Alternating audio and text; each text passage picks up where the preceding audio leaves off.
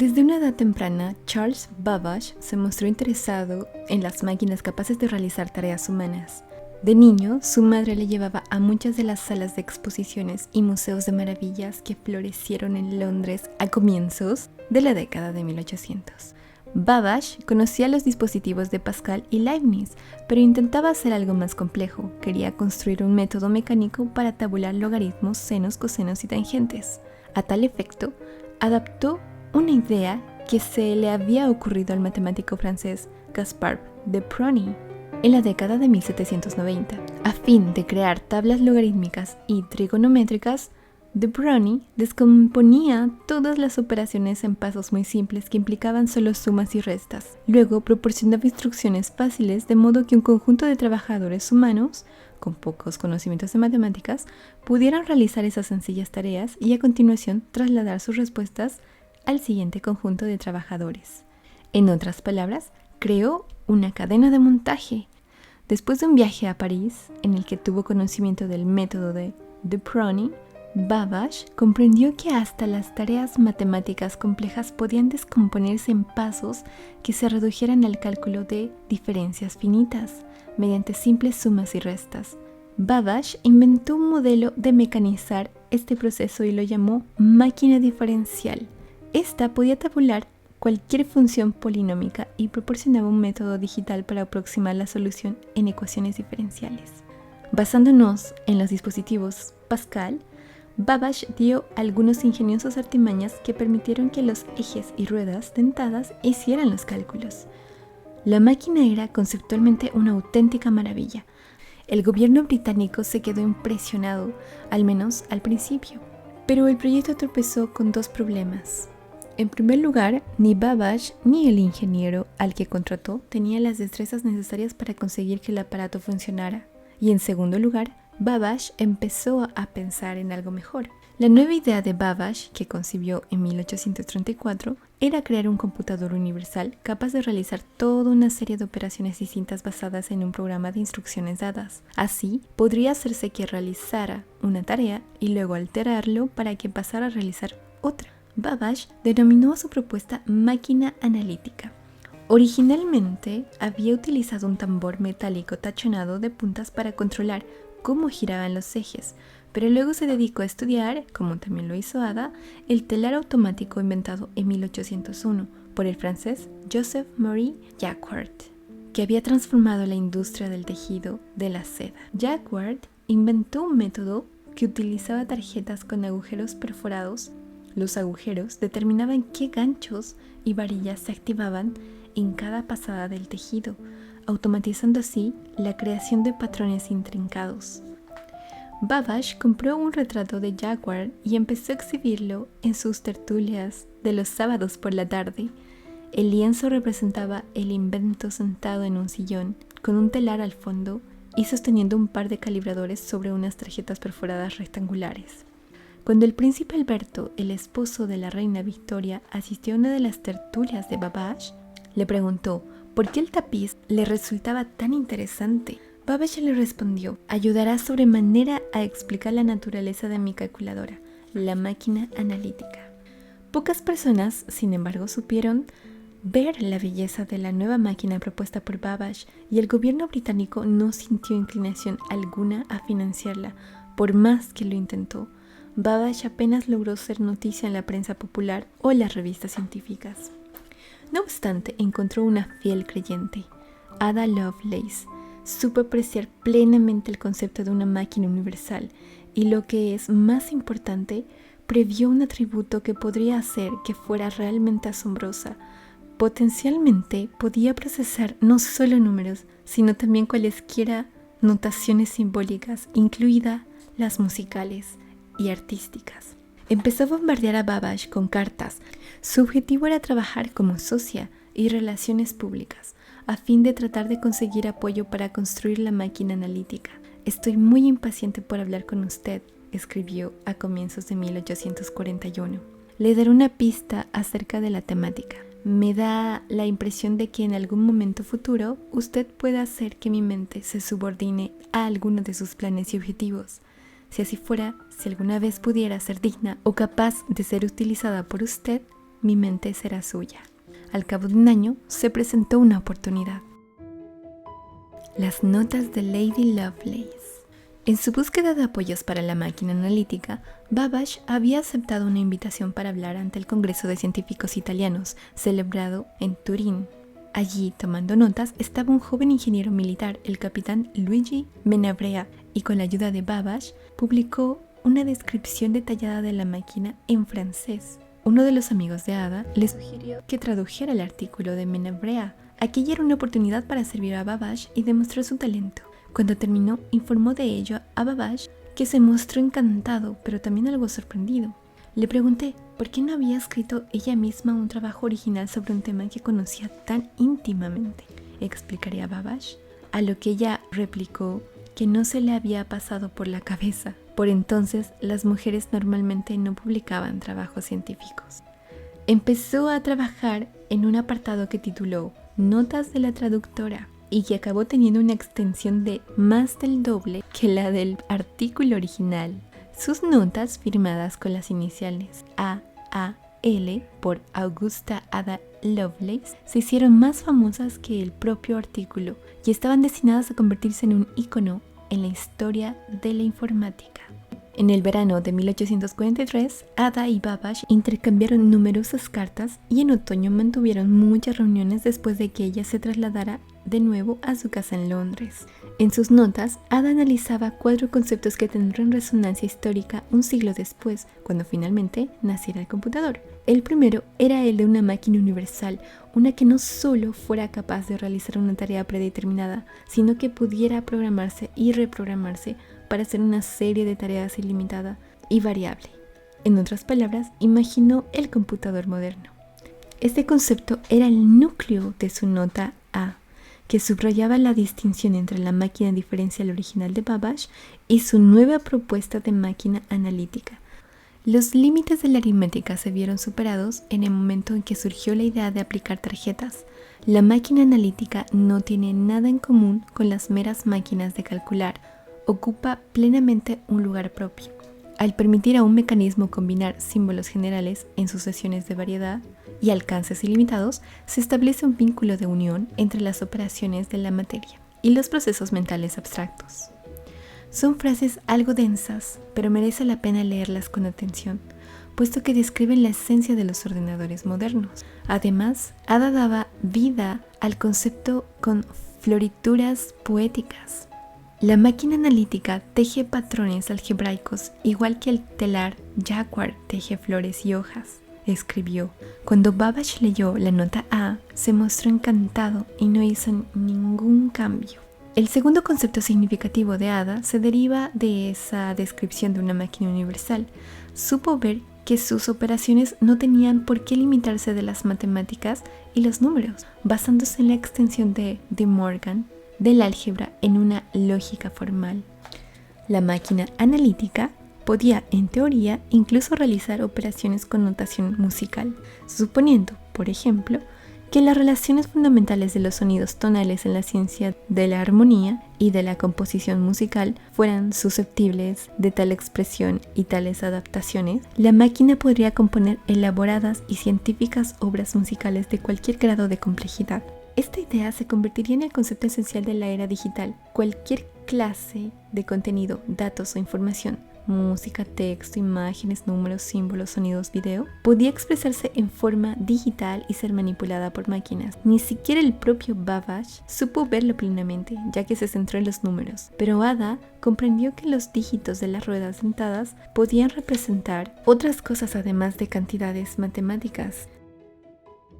La tercera aportación de Ada en su nota G fue la de determinar con gran detalle el funcionamiento de lo que hoy llamamos un programa o algoritmo informático. El ejemplo que utilizó para ello fue un programa para calcular números de Bernoulli, una serie infinita extremadamente compleja que desempeña un papel destacado en varios aspectos de la teoría de los números.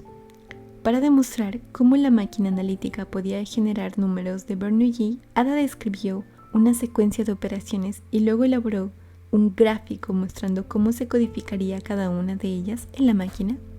Al hacerlo contribuyó de paso a idear los conceptos de subrutina y de bucle recursivo. Esto era posible gracias al mecanismo de la tarjeta perforada. Ada imaginó una biblioteca de subrutinas comúnmente utilizadas, algo que crearían sus herederos intelectuales, entre ellos mujeres como Grace Hopper en Harvard y Jean Jennings en la Universidad de Pensilvania en la década de 1950. Asimismo, dado que la máquina de Babbage posibilitaba saltar hacia adelante y hacia atrás en la secuencia de tarjetas de instrucciones basándose en los resultados intermedios que habían calculado, ello sentó las bases de lo que hoy denominamos bifurcación o salto condicional. Babbage ayudó a Ada con los cálculos de Bernoulli, pero las cartas le muestran muy concentrada en los detalles. Estoy abordando y examinando tenazmente hasta el fondo todas las formas de deducir los números de Bernoulli. Cuando finalmente logró resolverlo, añadió una aportación que era básicamente propia, una tabla y un diagrama que mostraban exactamente cómo se introduciría el algoritmo en el computador.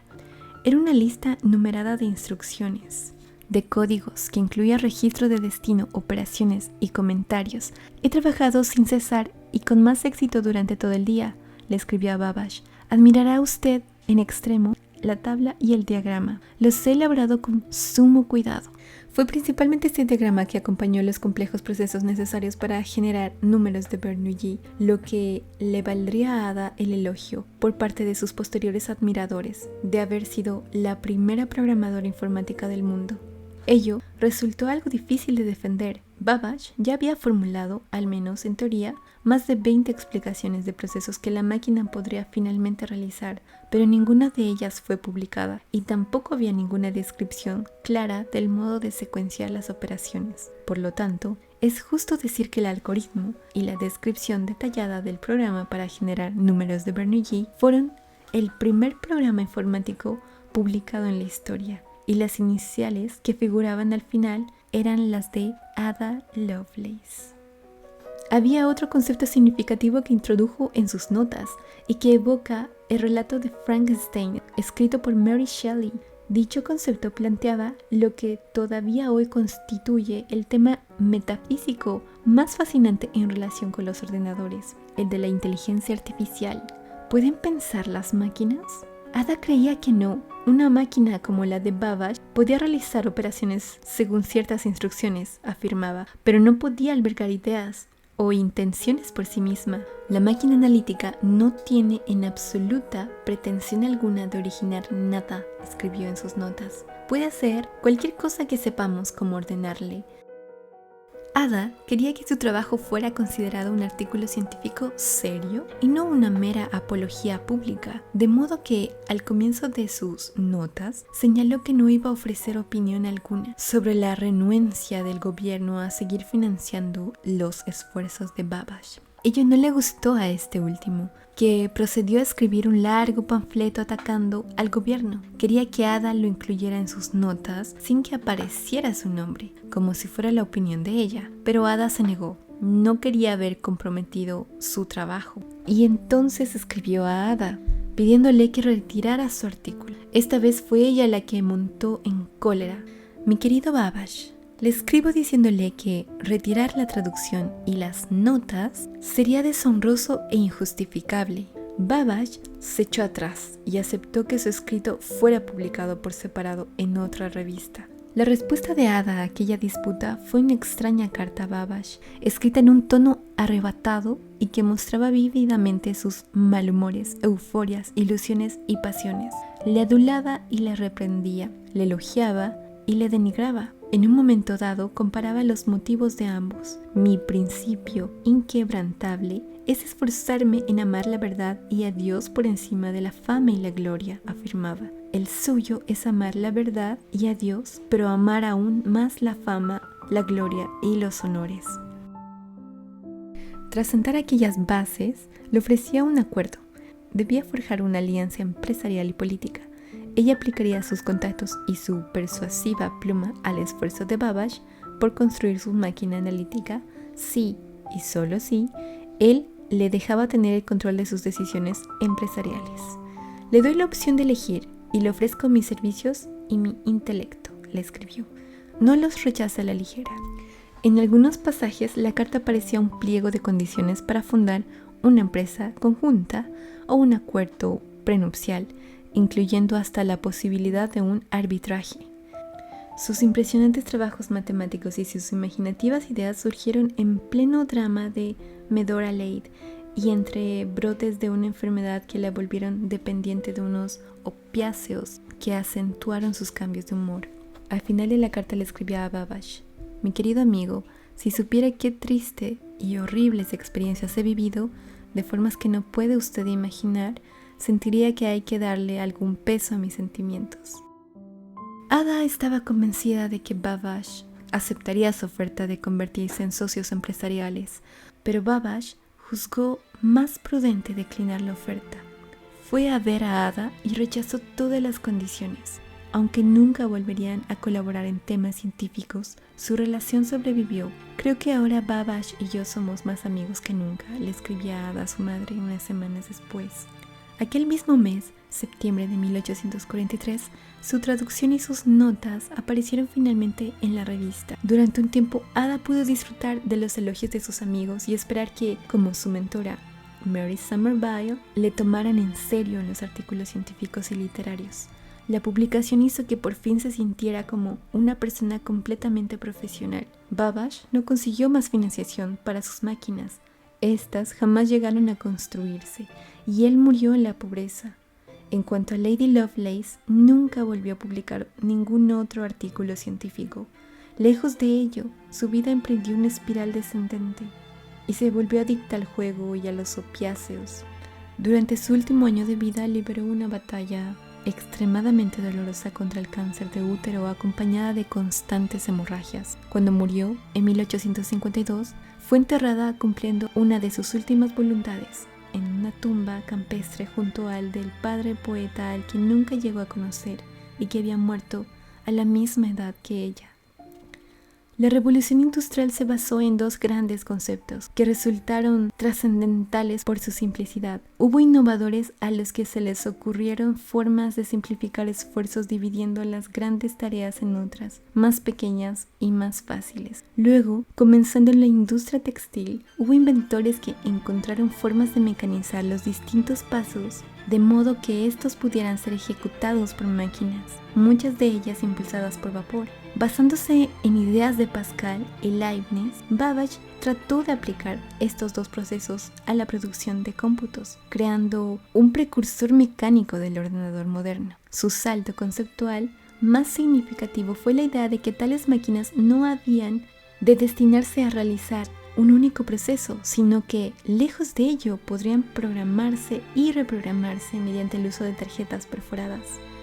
Ada supo ver la belleza de la trascendencia de aquella cautivadora noción y formuló asimismo una idea más apasionante que se deriva de ella. Durante años, a Ada Lovelace se la ha considerado un ícono feminista y una pionera en la informática. Así, por ejemplo, el Departamento de Defensa estadounidense le puso su nombre, Ada, a su lenguaje de programación orientado a objetos de alto nivel. En realidad, es lo que la contribución de Ada fue tan profunda como inspiradora. Más que Babbage o ninguna otra persona de su época, ella fue capaz de vislumbrar un futuro en el que las máquinas se convertirían en compañeras de la imaginación humana, tejiendo conjuntamente tapices tan hermosos como las del telar de Jacquard. Su aprecio por la ciencia poética la llevó a valorar la propuesta de la máquina calculadora, que fue desechada por el estamento científico de su tiempo, y asimismo supo percibir cómo la capacidad de procesamiento de semejante dispositivo podría utilizarse con cualquier forma de información. Así, Ada, condesa de Lovelace, contribuyó en plantar la semilla de una era digital que florecería 100 años después. Esta es una lectura del capítulo 1 del libro Los Innovadores de Walter Isaacson. Espero que les haya gustado muchísimo, a mí me ha encantado y pues coméntenme qué les pareció la historia de Ada Lovelace. Los espero en un próximo video. Chao.